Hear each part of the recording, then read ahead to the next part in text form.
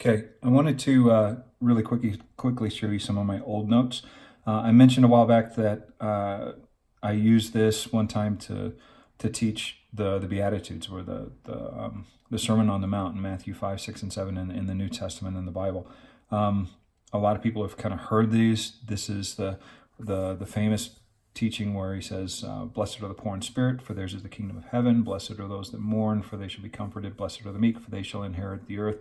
And you have all these blesseds, the blessings. So those are commonly called the Beatitudes. And the whole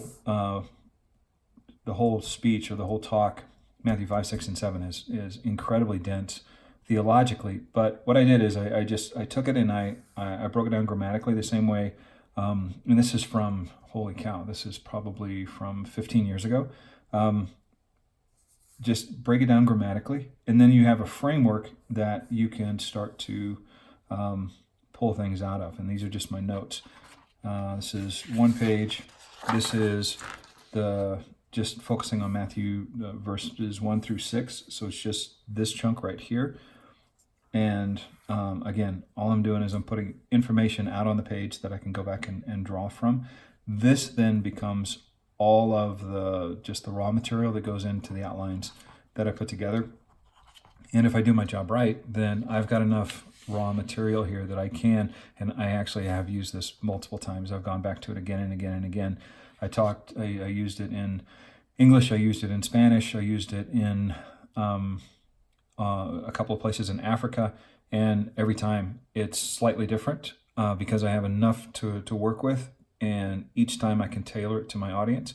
And if you are continually having the opportunity to speak in front of an audience, and you want to know that you've got at least one core message that you can draw from again and again and again, what a lot of people do is they'll just memorize, they'll have one outline, and they'll just redo that again every single time. This method lets you do that, but it also lets you have flexibility, so that if you have two completely different audiences, maybe you're talking, one is women bloggers, the next is only men, 7-8 figure executives, maybe the next one is new entrepreneurs, maybe the next one is college grads, maybe the next one's your kids' high school business class.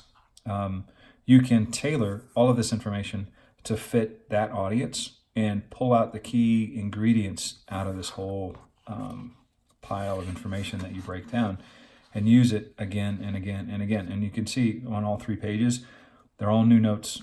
And this is incredibly dense work or content to draw from.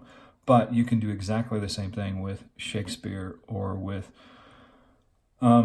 Stephen King, I guess, if it's good enough text. The cool thing is, with this process, once you get it down and you understand how it works, you can find anything that resonates with you. And again, it can be from, like I showed you earlier, J.K. Rowling's, or from Frank Herbert, or Shakespeare, Neruda, poets like Keats, things like that. If it resonates with you, chances are it's going to resonate with your audience. So if you start there and then unpack it, draw from that deep well inside of you, hang that on the structure, then you really have unlimited capacity. And it's entirely possible that you could do a 10-minute talk and then take that same 10-minute talk and explode it out into a 10-day seminar series and not run out of content. So just a couple of thoughts on that.